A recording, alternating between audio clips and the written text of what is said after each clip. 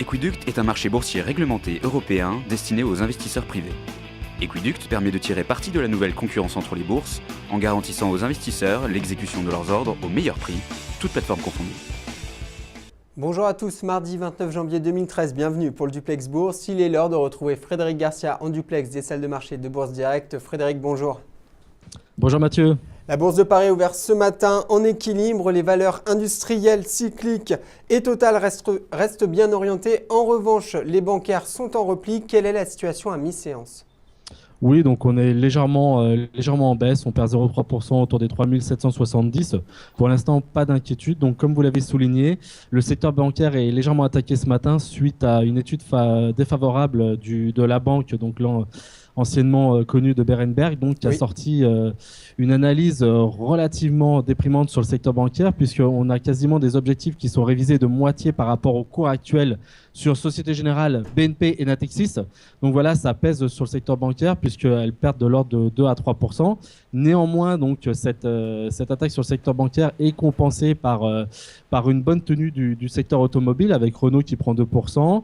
Total aussi reste bien orienté, plus 1%. Donc ça, c'est des pondérations importantes dans l'indice.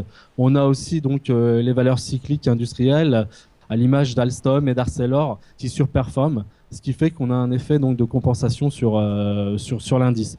Voilà, et puis on estime toujours donc qu'il y a une repondération géographique, donc l'afflux massif de fonds, de capitaux étrangers, notamment anglo-saxons, qui doivent soutenir les indices européens, puisqu'on a vu qu'il y a certains voyants qui repassent en vert en zone euro, avec une détente sur l'obligataire à 10 ans notamment. On voit que ça se passe très très bien sur des levées de dettes espagnoles, portugaises et italiennes.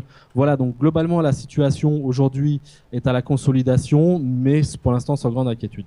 Et quels sont les supports et les résistances à surveiller aujourd'hui ?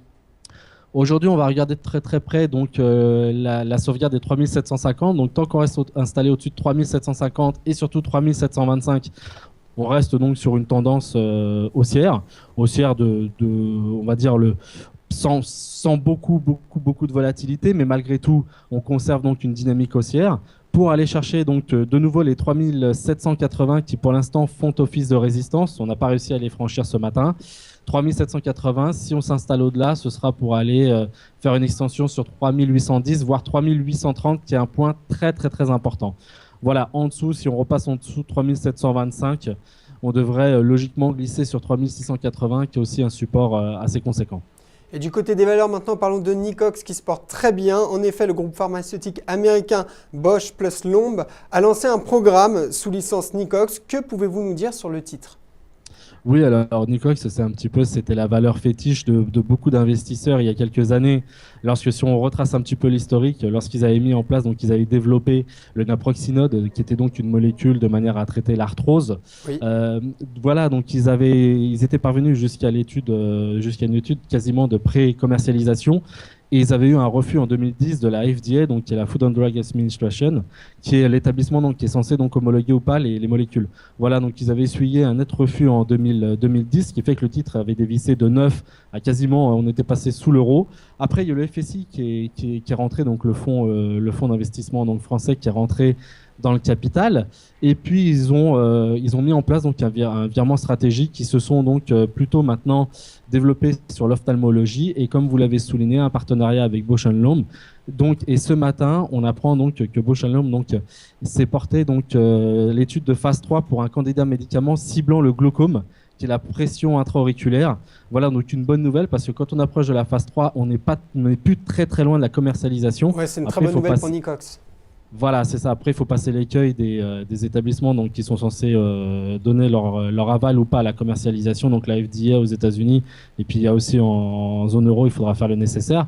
Voilà, donc une nouvelle donc, qui a permis de rassurer les investisseurs donc, qui sont détenteurs de Nicox et aussi les particuliers, puisque c'est un petit peu un même titre qu'Alcatel, c'est une valeur fétiche des particuliers, c'est les biotechnologiques. Voilà, donc un titre qui s'est nettement repris ce matin et qui déjà surperforme depuis l'an dernier en début d'année, puisqu'on est pas loin des 3,50 € en hausse de 7%.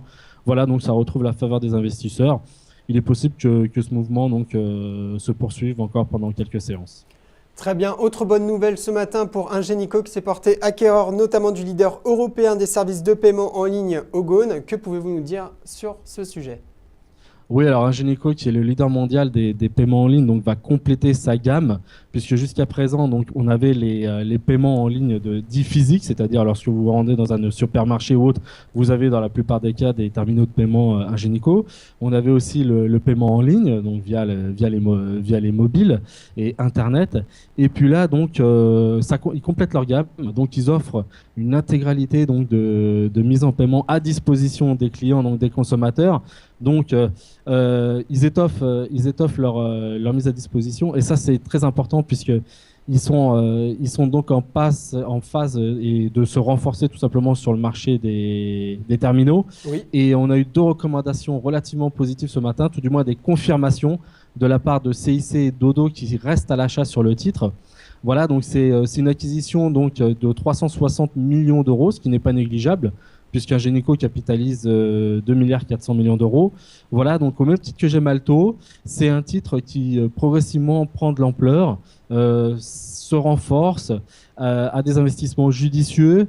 Et il n'est pas impossible qu'à moyen ou court terme, au même titre donc que Gemalto, un jour, on parle d'un candidat donc, qui soit placé dans l'antichambre du CAC 40 et que ce soit donc un candidat éventuellement pour intégrer l'indice du CAC 40, pas dans l'immédiat, mais pourquoi pas à échéance quelques mois, voire 1 ou 2 ans. Donc c'est un titre à surveiller de près. Hier, les indicateurs américains étaient mitigés. Yahoo a publié de très bons résultats à la clôture de Wall Street.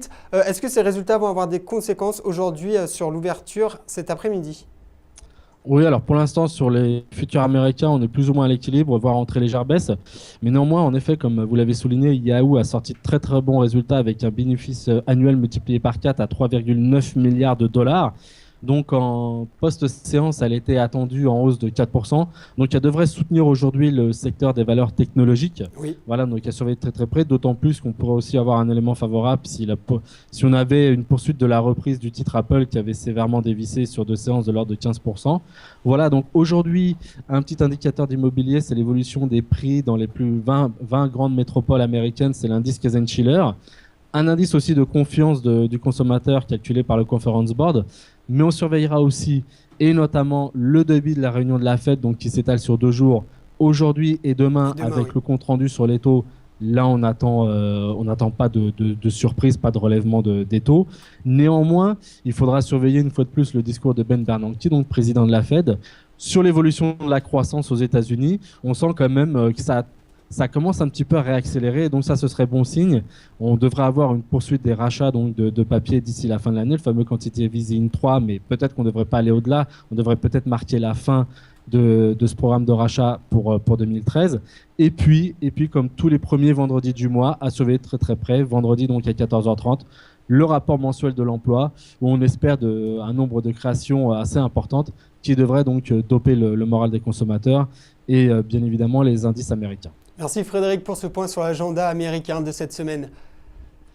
Au revoir Mathieu. Au revoir. Quant à nous, on se retrouve demain pour un nouveau Duplex Bourse.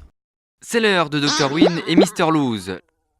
À gauche, c'est Mr Lose. À droite, Dr Win. Leur point commun, investir en bourse. Leur différence, Mr Lose réalise toujours ses transactions sur le marché historique. Dr Win, il sait qu'être un winner, ça se joue dès l'exécution de ses ordres. Il utilise donc Equiduct. Aujourd'hui, nos 2 investisseurs ont décidé d'acheter le même titre. Et c'est la lose pour Mr Lose. Pas de chance, il y avait un meilleur prix ailleurs. C'est tout l'inverse. Pour Dr Win, son ordre est exécuté à un meilleur cours que sur le marché historique. Dès l'exécution, il fait une meilleure opération. Vous l'aurez compris, optimiser ses gains en bourse, ça commence dès l'exécution. Equiduct, la bourse des particuliers pour une meilleure exécution.